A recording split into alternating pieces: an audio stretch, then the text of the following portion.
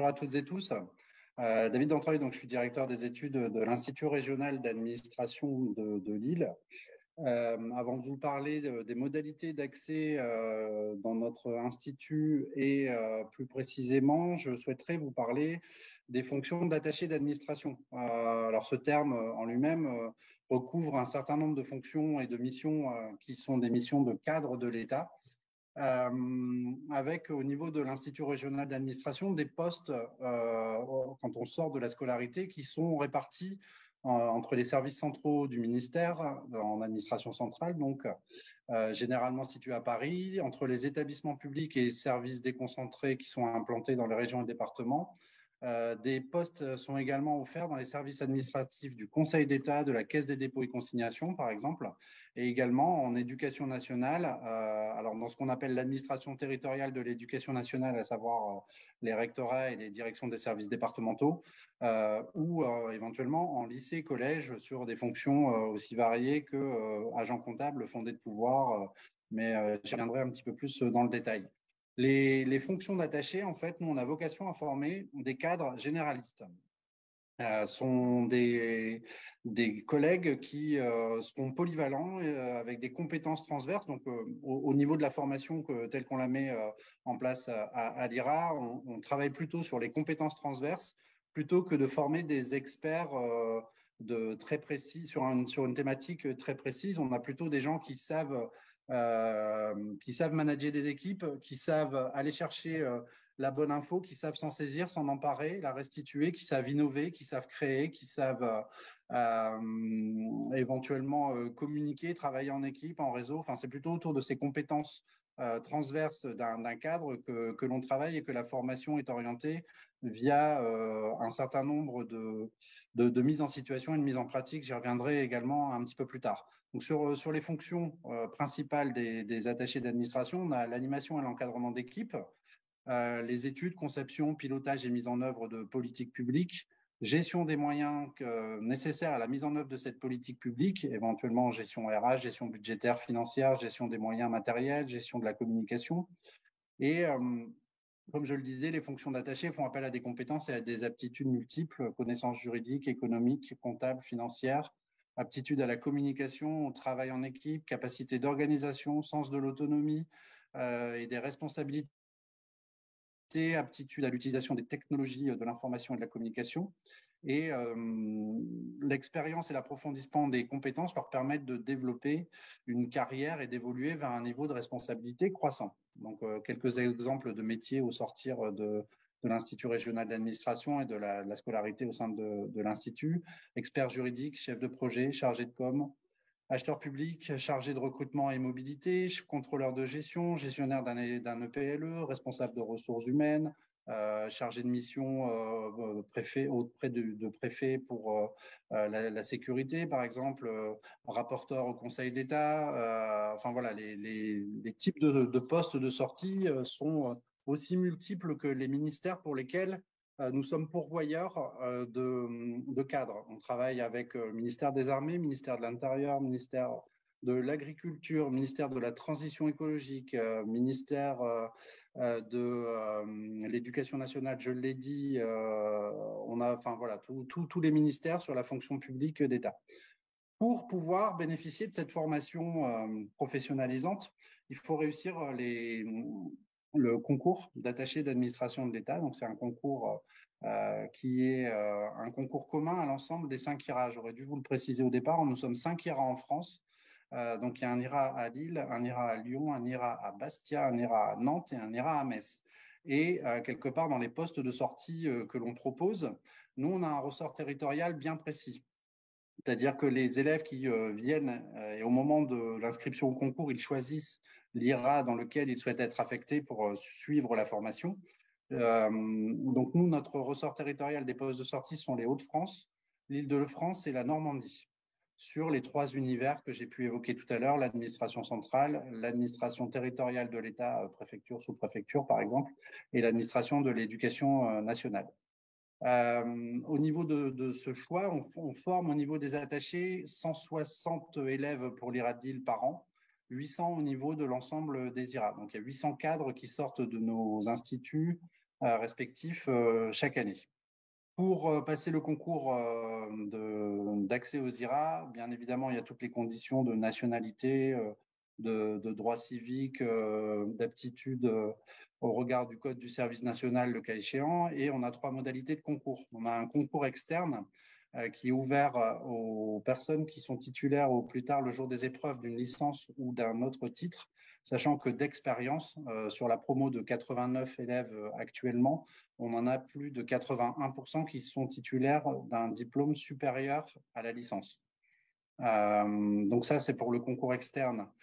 C'est ce type de diplomation. Sur le concours interne, il faut au moins 4 ans de service public pour pouvoir se présenter. Et on a également une troisième voie, un troisième concours qui est ouvert à des personnes qui ont travaillé soit auprès du milieu associatif, soit en tant qu'élu, soit dans le privé pour une période minimum de 5 ans. Donc vous voyez, concrètement, dans les élèves que l'on a à l'heure actuelle et qui sont dans l'amphi pas très loin d'ici, sur les 89, on a à peu près 40%, 44% de candidats externes, une quarantaine de pourcents de candidats internes, et on a quelques collègues qui sont également issus du troisième concours. Donc on est vraiment sur un brassage des cultures, un brassage des expériences, et c'est notamment une richesse pour la formation et pour le suivi de la formation. Sur les 3 épreuves, donc il y a 3 voies d'accès et 3 épreuves communes. Une épreuve d'admissibilité qui se décompose en un questionnaire à choix multiples et une épreuve de cas pratique, et une épreuve d'admission qui a un entretien avec le jury de concours. À ce stade, nous avons 2 sessions par an. Une session d'automne pour lesquelles il y a des inscriptions en juin pour les épreuves écrites en octobre avec une entrée à l'IRA au 1er mars, c'est le cas de la promo actuelle, et une session dite de printemps avec une inscription en décembre, des épreuves écrites en mars. Les épreuves écrites auront lieu le 22 mars pour des collègues qui entreraient en formation au 1er septembre prochain. Je ne vais pas forcément rentrer dans le détail du concours et des domaines qui sont qui doivent être révisés, hein, comme la culture juridique et administrative, des finances publiques, les institutions européennes. Ça, je peux vous renvoyer à la page d'accueil de l'Institut régional d'administration pour voir le détail des épreuves d'admissibilité et des épreuves d'admission. Par contre, il faut savoir qu'une fois que vous avez réussi ce concours, vous intégrez une formation qui est rémunérée. C'est une formation qui est à peu près avec un montant mensuel net à 1 550 €. Donc, vous êtes rémunéré pendant cette formation. Vous devenez fonctionnaire stagiaire, donc vous êtes soumis à l'ensemble des droits et obligations de tous les fonctionnaires. Donc, c'est une formation généraliste rémunérée, une formation de 6 mois au sein de l'Institut et 6 mois sur poste avec au bout du bout, l'employeur pour lequel vous avez été recruté, chez lequel vous avez été recruté, qui prendra une décision de titularisation ou pas. Donc, c'est une formation d'1 an. Il faut la considérer comme une formation d'1 an. C'est une formation qui est professionnalisante et basée sur l'approche par les compétences. À savoir que, je prends l'exemple de ce matin. Ce matin, les élèves ont eu une conférence de Jean-Louis Bianco sur la laïcité, donc l'ancien ministre, qui est venu leur parler par le truchement de la visio, mais il a quand même pu s'adresser directement à eux. Et cet après-midi, ils sont en cas pratique sur la laïcité, donc en atelier, ils sont répartis en une dizaine de groupes et ils vont travailler sur des cas concrets qui feront appel à tout ce qu'ils ont pu voir le matin. Donc on est vraiment sur un peu de théorie nécessairement pour remettre à peu près l'ensemble des élèves au parcours qui sont complètement différents à un niveau acceptable pour pouvoir suivre la formation, mais on surmultiplie l'ensemble des cas pratiques mis en situation professionnelle. La semaine prochaine, ils auront par exemple des situations de management sous format CNET à travailler, à restituer face à leurs collègues.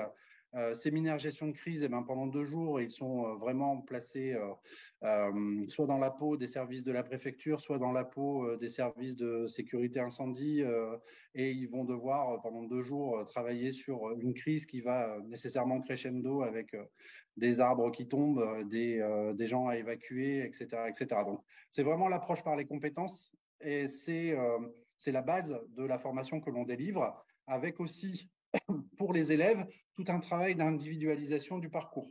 qui sont suivis par des référents cadres dont nous faisons partie avec José de Sort, que vous voyez également à l'écran.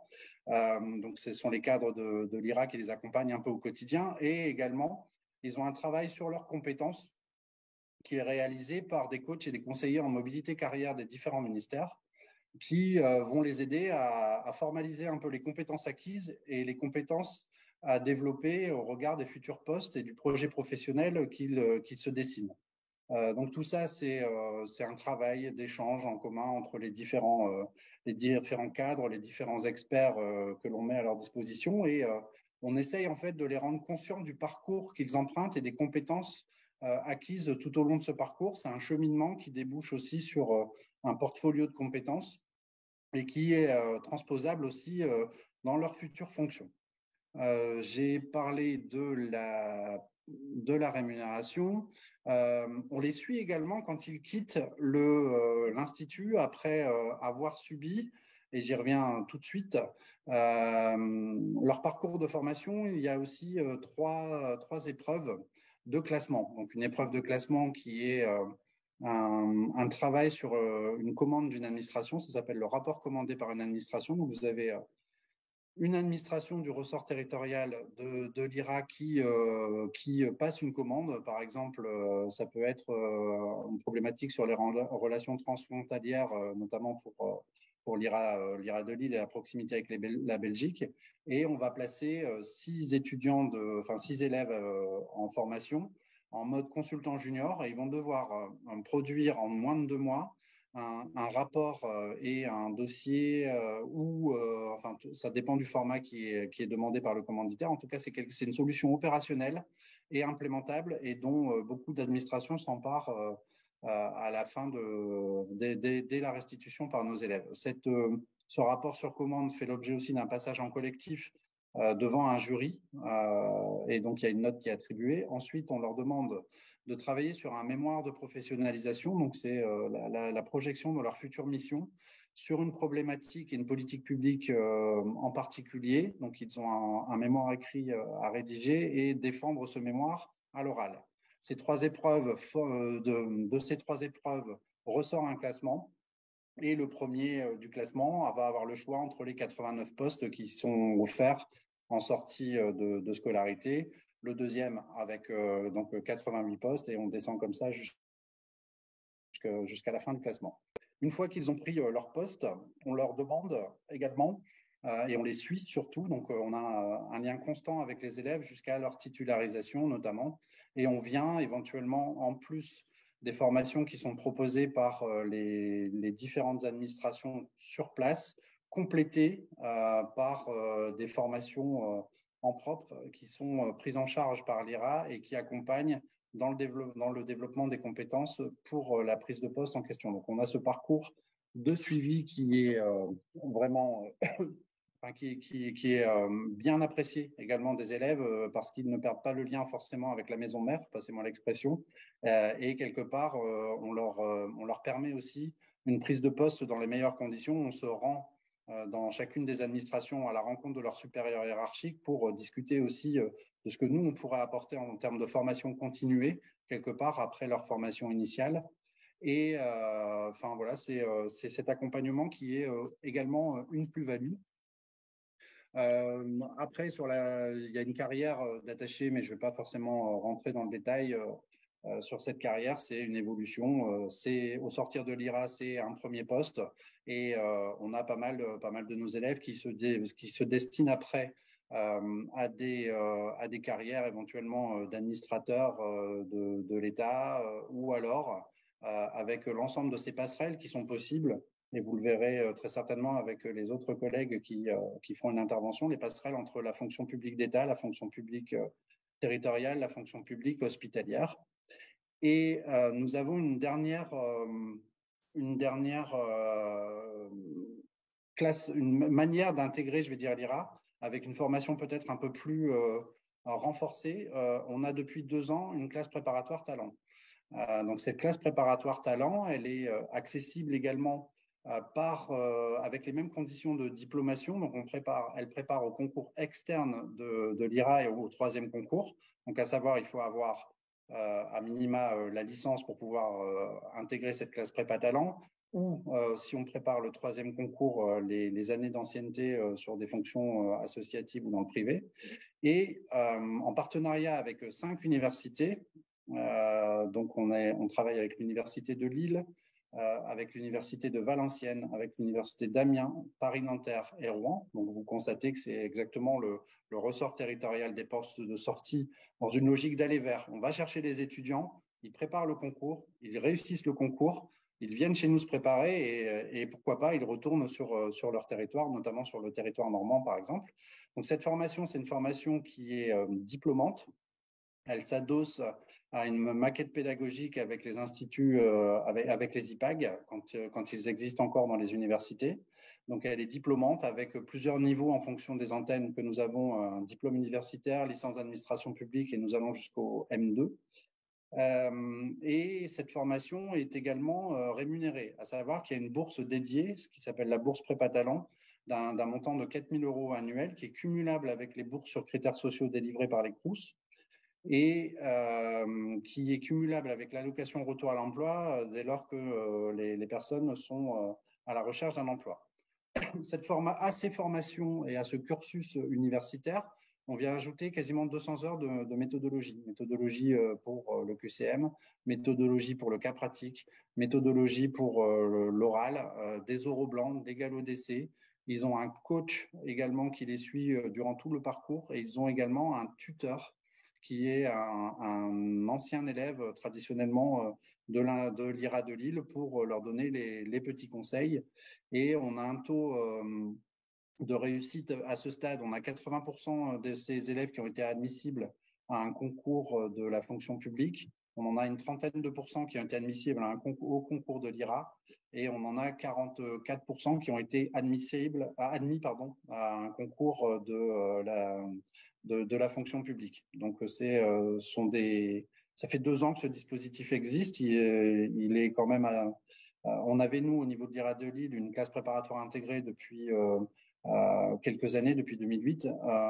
On est sur un dispositif qui est assez proche de celui-ci, mais qui est plus élargi à notre ressort territorial. À ce stade, nous avons 54 étudiants dans la classe prépa talent. J'en ai terminé avec la présentation de l'IRA, de la carrière d'attaché, et en tout cas de la formation que l'on peut assurer auprès de l'Institut régional d'administration, et je me tiens bien évidemment tout à l'heure à disposition pour les questions.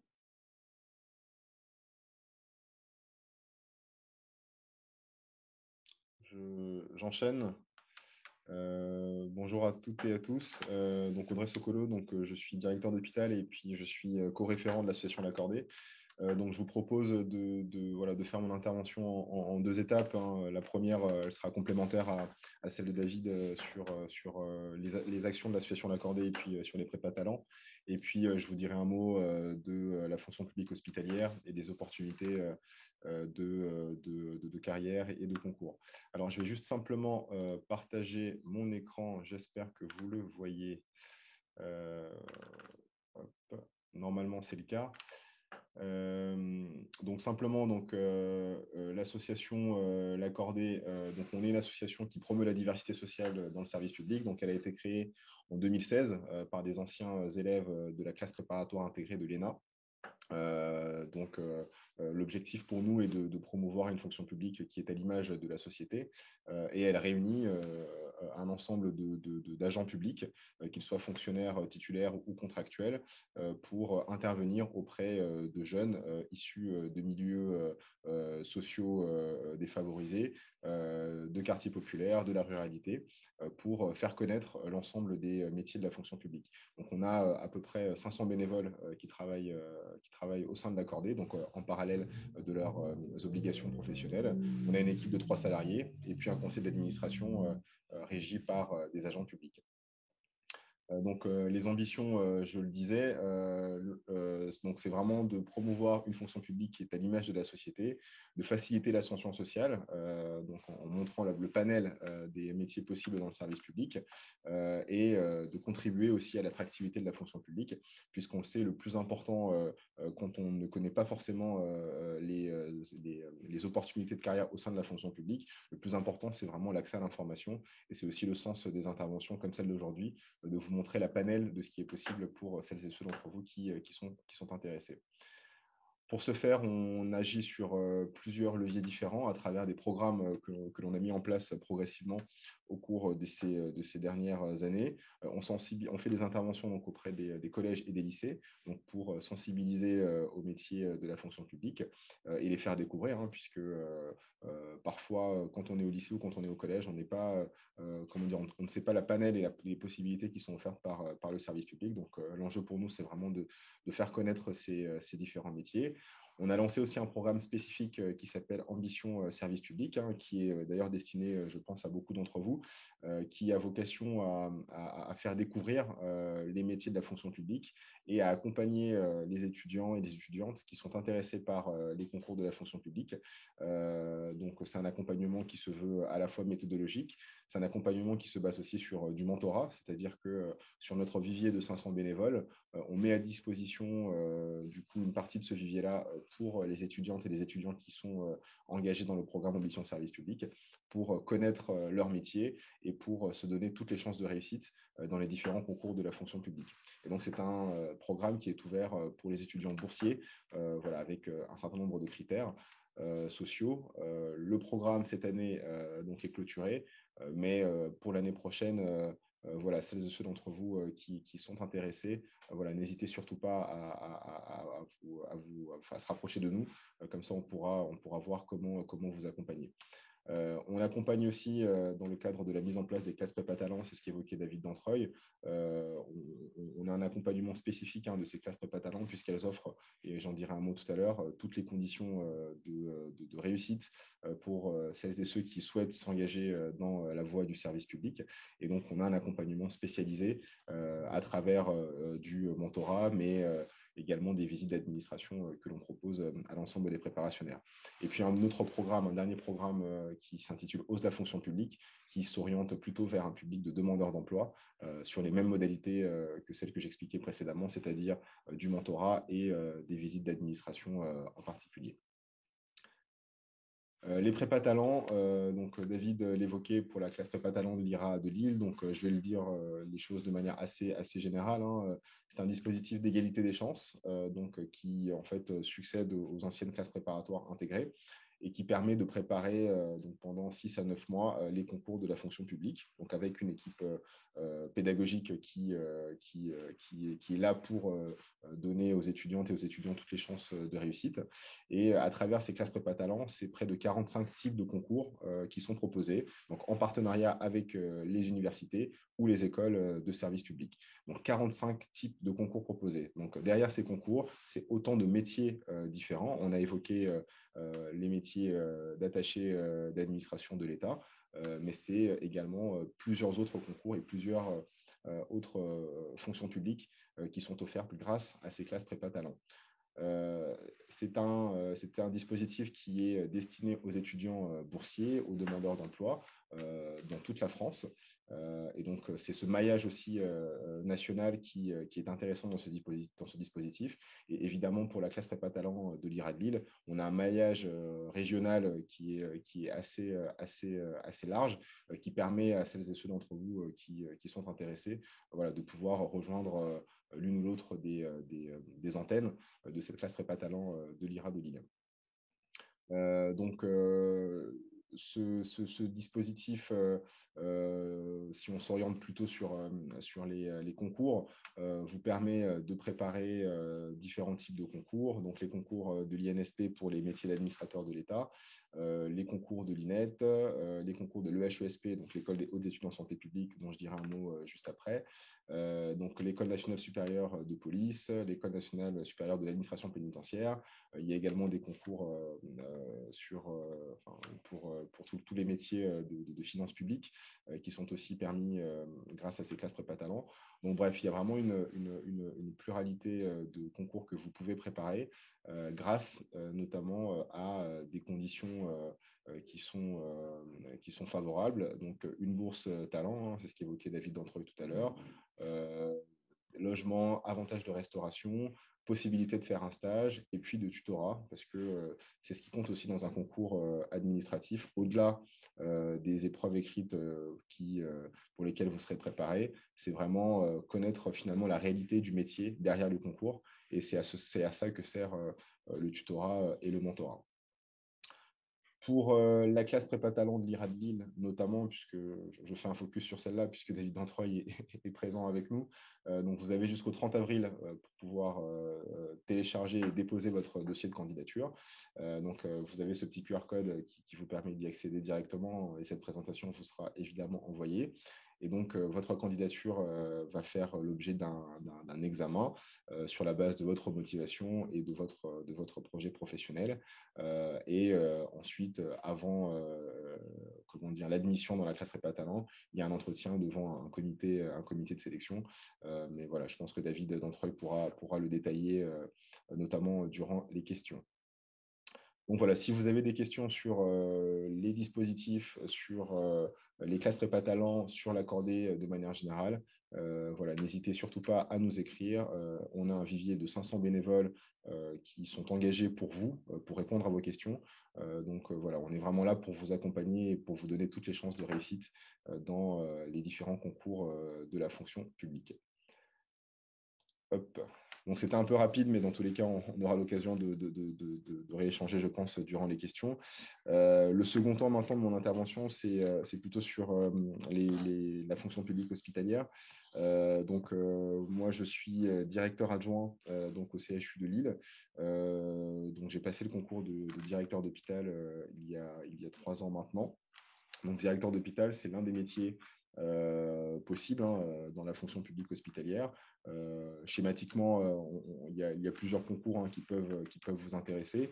Il y a les concours d'attaché d'administration hospitalière, qui finalement est le pendant de celui d'attaché d'administration de l'État et d'attaché d'administration territoriale, sur des modalités de concours qui sont un peu différentes à celles de l'IRA. C'est-à-dire que vous avez, pour les concours d'attaché d'administration hospitalière, vous avez 3 épreuves écrites, une épreuve de dissertation de culture générale, de questions contemporaines, une épreuve de notes sur dossier, et puis ensuite vous avez une épreuve en option, donc du droit hospitalier, du droit public. Enfin bref, il y a plusieurs possibilités selon votre parcours.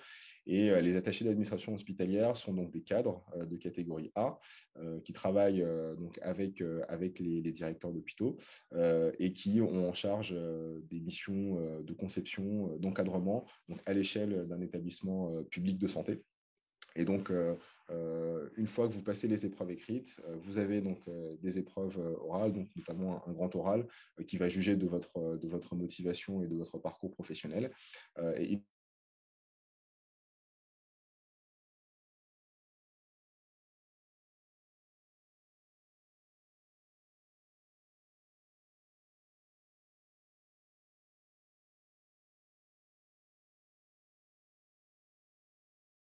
qui sont intéressés par la fonction publique et qui permet une évolution aussi de carrière et des passerelles avec la fonction publique.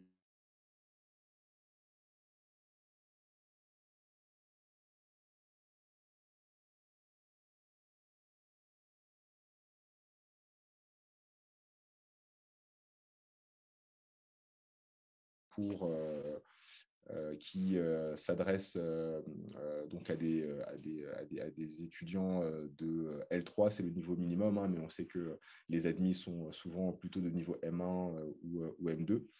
Et donc, c'est un concours qui destine à des métiers de dirigeants dans les établissements médico-sociaux, donc de type EHPAD, foyer de l'enfance, établissement en charge de l'accueil de personnes en situation de handicap.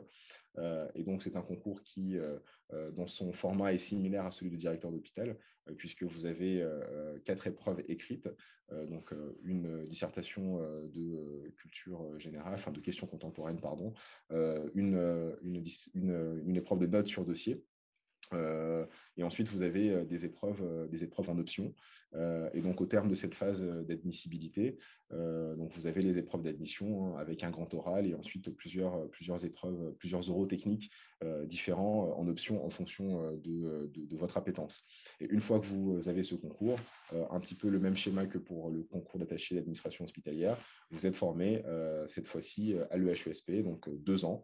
2 ans à l'EHESP avec des stages, des formations théoriques qui, au terme de la formation, vous permettent ensuite de prendre vos fonctions dans les établissements médico-sociaux sur l'ensemble du territoire. Et enfin, le dernier concours qui peut être intéressant pour vous, donc c'est le concours de directeur d'hôpital. Hein, donc, c'est le concours que j'ai passé, qui, dans son format, est similaire au concours de directeur d'établissement social et médico-social, donc qui forme les cadres dirigeants des hôpitaux français, donc de plus de 250 lits, donc avec une partie d'épreuves écrites sur les mêmes modalités que le concours précédent, des épreuves orales sur les mêmes modalités à peu près que les épreuves précédentes, que le concours précédent, pardon. Et au terme de la réussite de ce concours, vous êtes amené à exercer voilà, dans les établissements publics de santé de plus de 250 lits, donc à la fois des centres hospitaliers généraux et des centres hospitaliers universitaires, et donc sur des missions très différentes, hein, à la fois sur des fonctions de ressources humaines, de finances, d'affaires juridiques. Et ce qui est intéressant avec ce métier, c'est que voilà, vous êtes un acteur de la chaîne de soins. Vous contribuez donc à la bonne prise en charge des patients, hein, à votre niveau. Vous êtes en lien évidemment avec les équipes médicales et soignantes, et c'est un métier qui vous permet très jeune d'accéder à des responsabilités, à des hautes responsabilités, ce qui est aussi, je pense, l'intérêt de ce concours, et qui vous permet aussi une grande mobilité, que ce soit sur d'autres hôpitaux, hein, encourage la mobilité, ou sur d'autres fonctions publiques, que ce soit celle de l'État ou celle de la fonction publique territoriale. Et donc, l'ensemble de ces concours de l'EHESP, hein, donc attaché d'administration territoriale, directeur d'établissement social, médico-social, directeur d'hôpital, vous pouvez aussi être accompagné dans le cadre des dispositifs classe prépa talent, puisque l'EHESP dispose aussi de cette classe prépa talent pour vous donner toutes les chances possibles de réussir ces différents concours, et avec les mêmes conditions matérielles que celles que l'on évoquait pour la classe prépa talent de l'IRA de Lille. Donc voilà, rapidement et assez schématiquement, les opportunités offertes à la fois par l'accordé et par la fonction publique hospitalière. Et bien sûr, je me tiens à disposition pour répondre à toutes vos questions.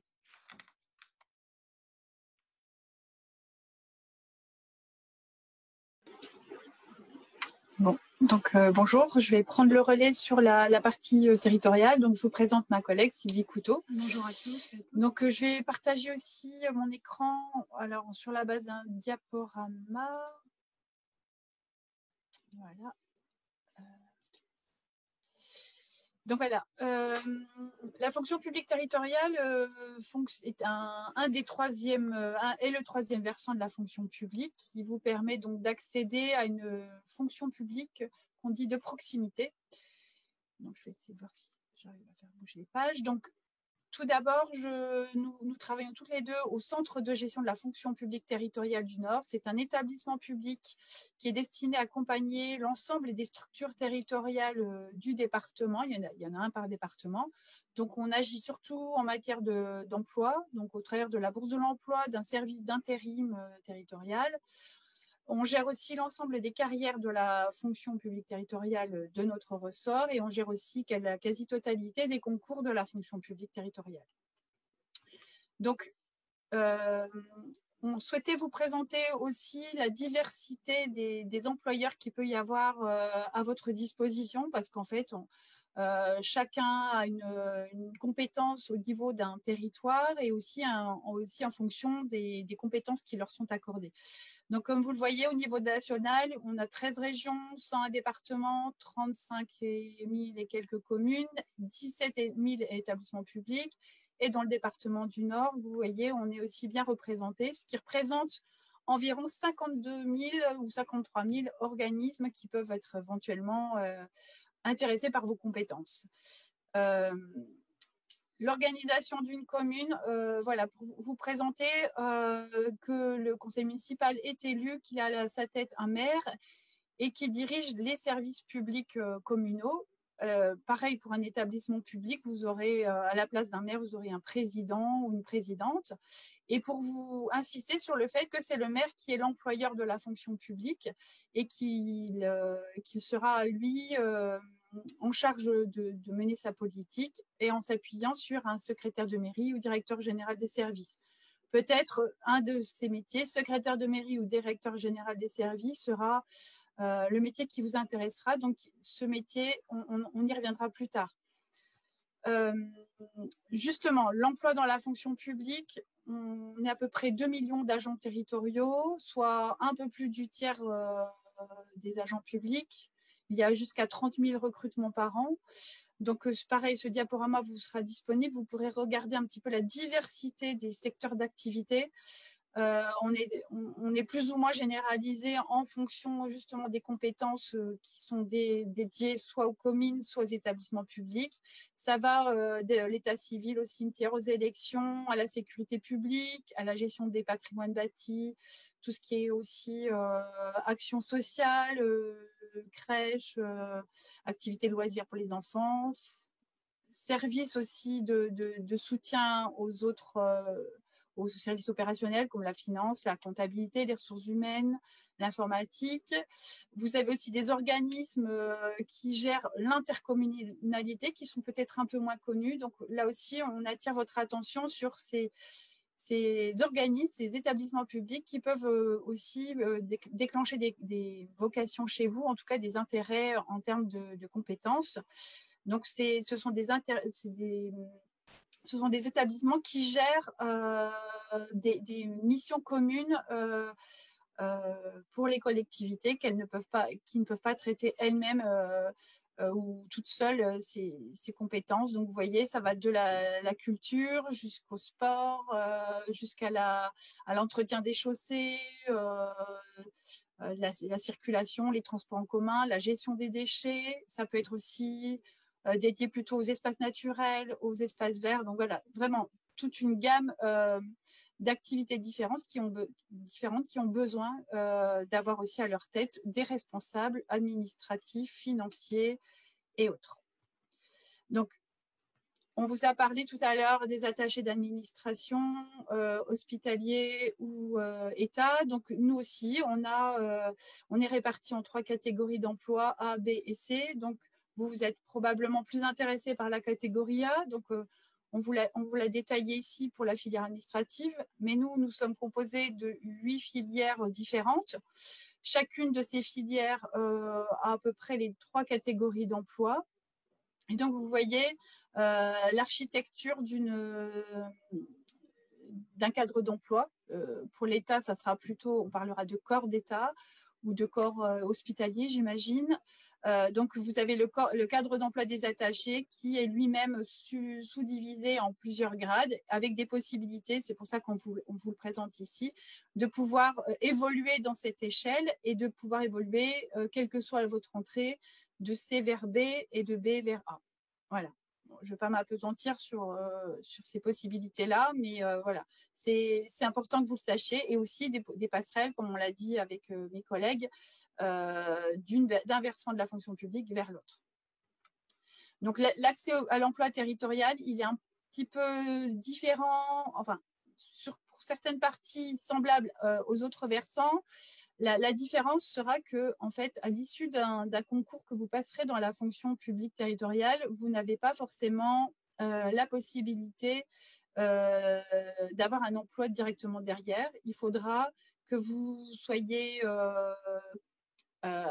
déterminé, curieux, pour découvrir les différents emplois qui vous sont accessibles avec le concours que vous aurez obtenu. Vous serez inscrit sur une liste d'aptitudes et vous aurez la possibilité de postuler. Donc, vous avez, mes collègues des autres versants vous l'ont présenté, le concours externe, donc qui est accessible après un diplôme, enfin avec un diplôme et qui qui va vous présenter des types d'épreuves un peu similaires à ce qui vous a été présenté, donc des épreuves écrites sur la base souvent de connaissances générales, de notes de synthèse et d'épreuves optionnelles. Si vous êtes admissible, vous allez passer des épreuves orales d'admission, bien souvent, avec aussi des options complémentaires.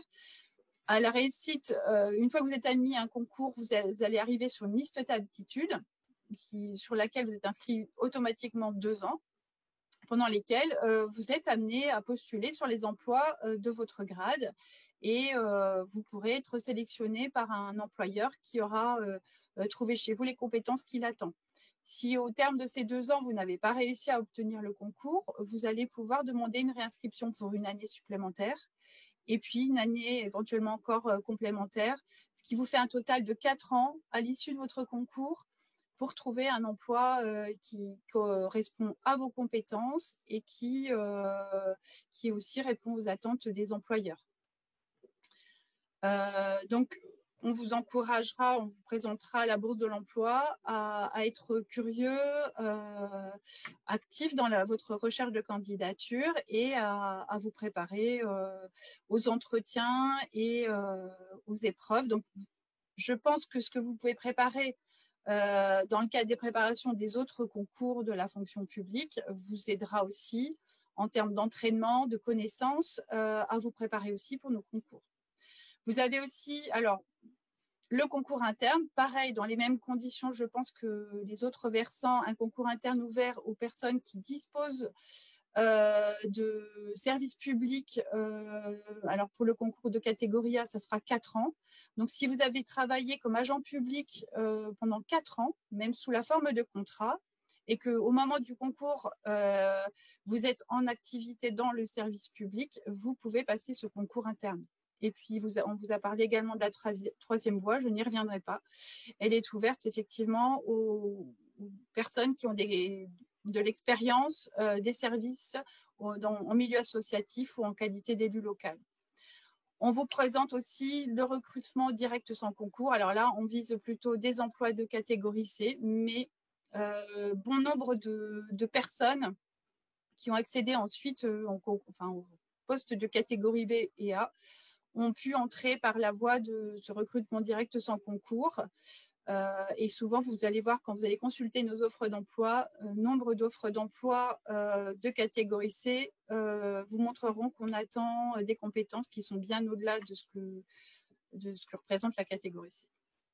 On le verra après, notamment pour le métier de secrétaire de mairie, qui aujourd'hui balaye les 3 catégories d'emploi. Évidemment, on attend de la personne qui sera secrétaire de mairie ou ce qu'on appelle dans les établissements publics directeur général des services. On attend vraiment des compétences et le sens des responsabilités pour gérer toute la structure communale en question. Vous avez aussi l'intégration des personnes en situation de handicap. Donc, c'est une intégration qui facilite justement l'accès des personnes en situation de handicap et qui ne les oblige pas forcément à passer un concours. Donc, à partir du moment où vous avez les diplômes qui sont requis pour accéder à un emploi, donc par exemple, sur un concours de catégorie A, il faudra Bac+3 minimum.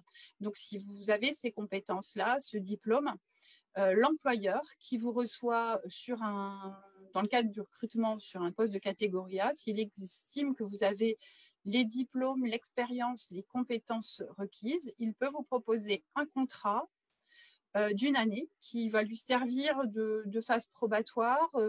Comme pour les fonctionnaires, nous, on a un stage d'une année dans la première année d'exercice. Et au terme donc, de ce contrat qui correspond au stage chez les fonctionnaires, si tout se passe bien, vous pouvez être titularisé, vous devenez fonctionnaire titulaire. Et puis vous avez, à l'issue de certains contrats, au bout d'une ancienneté de 6 ans, la possibilité d'obtenir un CDI. Mais c'est quelque chose de plus rare et qui nécessiterait d'aller plus loin dans les explications, mais sachez que ça existe. Donc, je vais pas forcément détailler la fiche que je vous présente ici. Le diaporama pourra vous être envoyé, mais ça correspond non seulement à l'accès à l'emploi territorial, mais à la fonction publique en général. C'est les conditions qui sont requises pour pouvoir accéder à un emploi public. Donc, soit en tant que fonctionnaire, soit en tant que contractuel.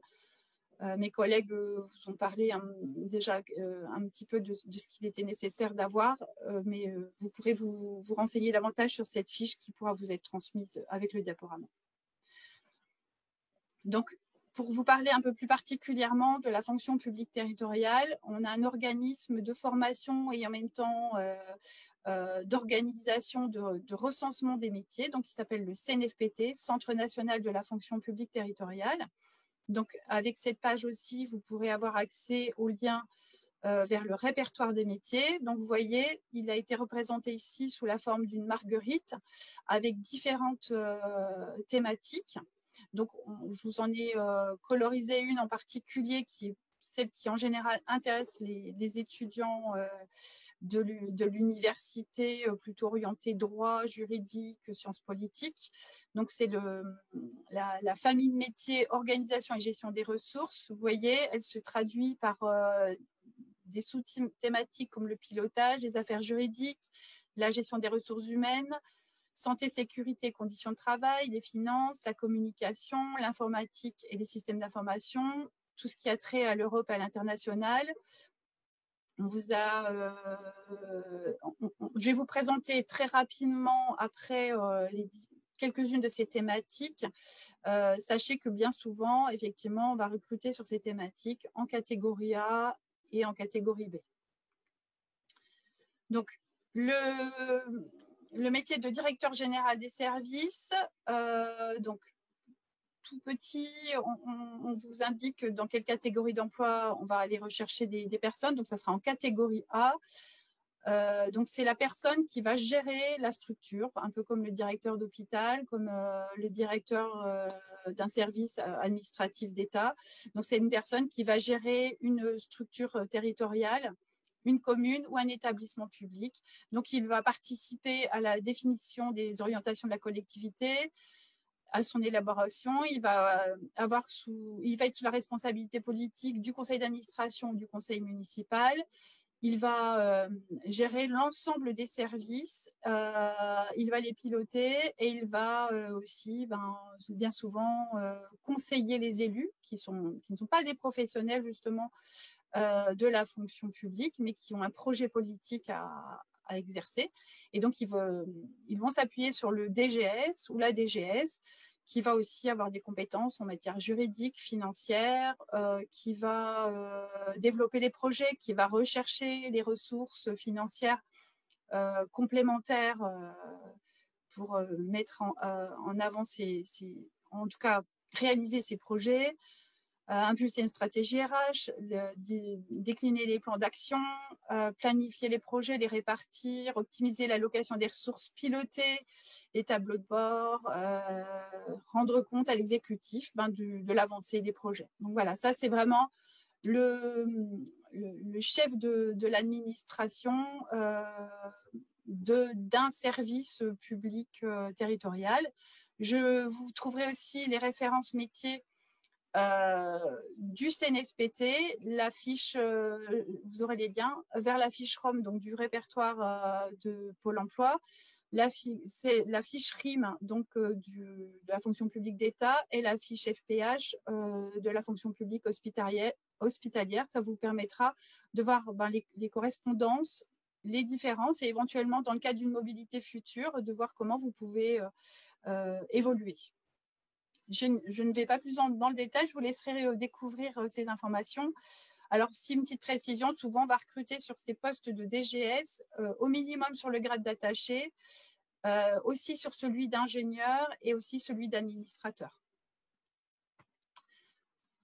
Dans les structures les plus importantes, vous aurez aussi des directeurs généraux adjoints ou directrices générales adjointes. Donc, c'est à peu près le même métier. En fait, on recrute à peu près de la même manière, sauf que cette personne aura une action sur une partie des compétences à mener par la collectivité ou l'établissement public.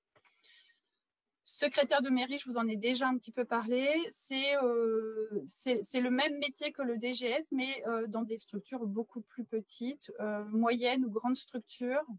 et qui auront la même mission de conduire les politiques de l'équipe territoriale, d'organiser les services, de gérer les budgets, de gérer toutes les problématiques qui peuvent se poser dans une commune. Et donc voilà, même si ça paraît plus accessible sur le plan du statut aux catégories A, B et C, néanmoins, ce sont des postes très sensibles, à savoir qu'en plus, sur ce métier-là, on va avoir de forts départs en retraite et donc avec des forts enjeux de trouver à la fois les gens motivés et compétents pour gérer ces services. Là, je vous ai fait une petite synthèse très rapide. Pareil, je vous laisserai y revenir. Globalement, sur le diaporama, il y a 33 métiers. Il faut savoir que dans la fonction publique territoriale, il y en a plus de 250. Donc, vous voyez, c'est vraiment une toute petite proportion que je vous propose. Donc, dans la spécialité pilotage, vous avez des contrôleurs de gestion, des auditeurs et auditrices internes, des conseillers en organisation, des chargés d'évaluation des politiques publiques. Je vous ai indiqué également les cadres d'emploi correspondants. Donc, vous voyez, vous avez administrateur, attaché, ingénieur, principalement. Donc, à savoir que administrateur, administratrice, attaché sont dans la filière administrative. Ingénieur, on sera plus dans une filière technique. Vous avez aussi en matière juridique des responsables d'affaires juridiques, des acheteurs publics, des instructeurs, instructrices de marché public, des gestionnaires d'assurance, des délégués à la protection des données. Voilà, c'est un exemple de ce que vous pouvez retrouver. Là, on peut avoir aussi un accès sur des cadres d'emploi en catégorie B. Vous avez aussi toute la partie finances et ressources humaines, soit en responsabilité des finances, du budget, ou alors plutôt les ressources humaines ou la gestion plutôt des carrières au travers de la gestion administrative du personnel. Vous avez tout un versant aussi qui commence à se développer, qui se développe et qui n'est pas forcément connu des candidats. Donc, c'est tout le versant Europe, international et urbanisme. Donc, avec des chargés d'affaires européens internationaux, instructeurs gestionnaires de fonds européens. Ça faisait partie de ce que je vous disais tout à l'heure. On a besoin de trouver des ressources complémentaires pour faire fonctionner les services communaux de proximité qui coûtent très cher. Des responsables d'affaires immobilières et foncières, puisque effectivement, la commune a un patrimoine bâti, foncier très important, qu'elle met aussi à la disposition de certains services publics d'État, comme les collèges, les lycées, les écoles. Ils sont à la charge de la fonction publique territoriale. Vous avez aussi des instructeurs gestionnaires des autorisations d'urbanisme, puisque c'est les communes qui délivrent les permis de construire et les permis de travaux, notamment. Donc voilà, d'autres métiers plus variés, donc pareil, en responsabilité pour des personnes qui s'intéressent au concours de catégorie A, donc donc responsable de service à la population, c'est tous les services justement de proximité qui sont mis en œuvre par la fonction publique. Vous avez les élections, l'état civil, les services d'action sociale, donc c'est ce qu'on appellera les services à la population. Vous avez aussi tout l'aspect jeunesse et éducation, avec toutes les problématiques, effectivement, de normes d'encadrement, de services à l'enfance et aux services d'école. Vous avez tout le pan de la restauration collective, donc notamment pour les écoles, lycées et collèges. Et vous avez aussi, pour ceux qui s'intéressent plus au secteur de la sécurité, des responsables de services de police municipale. Voilà. Voilà, j'ai fait à peu près le tour. Je vous dis juste un mot sur la façon dont on accompagne l'emploi au CDG 59, notamment pour que vous puissiez retrouver les offres d'emploi qui sont nombreuses. Il y en a à peu près, je vous l'ai mis dans une autre page, 30 000 à l'échelle nationale. Vous voyez, au moment où j'ai pris la capture d'écran de cette page, il y avait 23 940 emplois disponibles, offres d'emploi disponibles sur Emploi territorial. À savoir que ces offres, vous les retrouverez aussi sur la place de l'emploi public. Alors, même si vous ne recherchez pas aujourd'hui d'emploi parce que vous êtes étudiant et que vous voulez poursuivre vos études, moi, je vous invite à consulter ces bourses de l'emploi quand même pour que vous voyez un petit peu quel type de poste, quel type de métier, comment vous pouvez vous projeter sur un emploi futur qui corresponde à votre grade. Vous pouvez éventuellement aussi vous inscrire sur une candidatech qui vous permet de recevoir des offres d'emploi qui correspondraient au profil que vous avez décliné et qui peut permettre à des employeurs territoriaux, si vous êtes disponible, de vous proposer soit un emploi permanent, soit un emploi temporaire et qui vous permettrait d'accumuler du service public effectif pour vos concours, éventuellement. Donc, une mission d'intérim territorial, je vous en parle vite fait aussi, parce que c'est aussi l'occasion pour vous peut-être de postuler à des missions temporaires de plus ou moins longue durée. La fonction publique a besoin d'assurer le remplacement de ses agents, surtout la territoriale, parce que elle a un service de proximité avec une réponse immédiate à fournir, des normes d'encadrement dont je vous parlais tout à l'heure. Donc, un service d'intérim qui est en général présent sur tous les départements, dans chaque centre de gestion. Donc, vous aurez nos coordonnées pour nous joindre si jamais ça vous intéresse. Voilà. Je pense que j'ai terminé. Une dernière petite information pour former au métier de secrétaire de mairie, assistant polyvalent administratif. Chaque centre de gestion aujourd'hui organise une formation d'un mois en théorie organisée par le CNFPT, plus un mois de stage en mairie pour acquérir un socle commun sur les domaines plutôt juridiques, administratifs. Et qui vous permet d'être un petit peu déjà en immersion, en connaissance de toute cette pratique administrative territoriale, communale, et qui vous permettrait peut-être éventuellement d'accéder à de l'intérim et éventuellement après de développer une appétence pour le service public territorial. Voilà, j'ai terminé. Et je reste à votre disposition comme mes collègues pour toute question.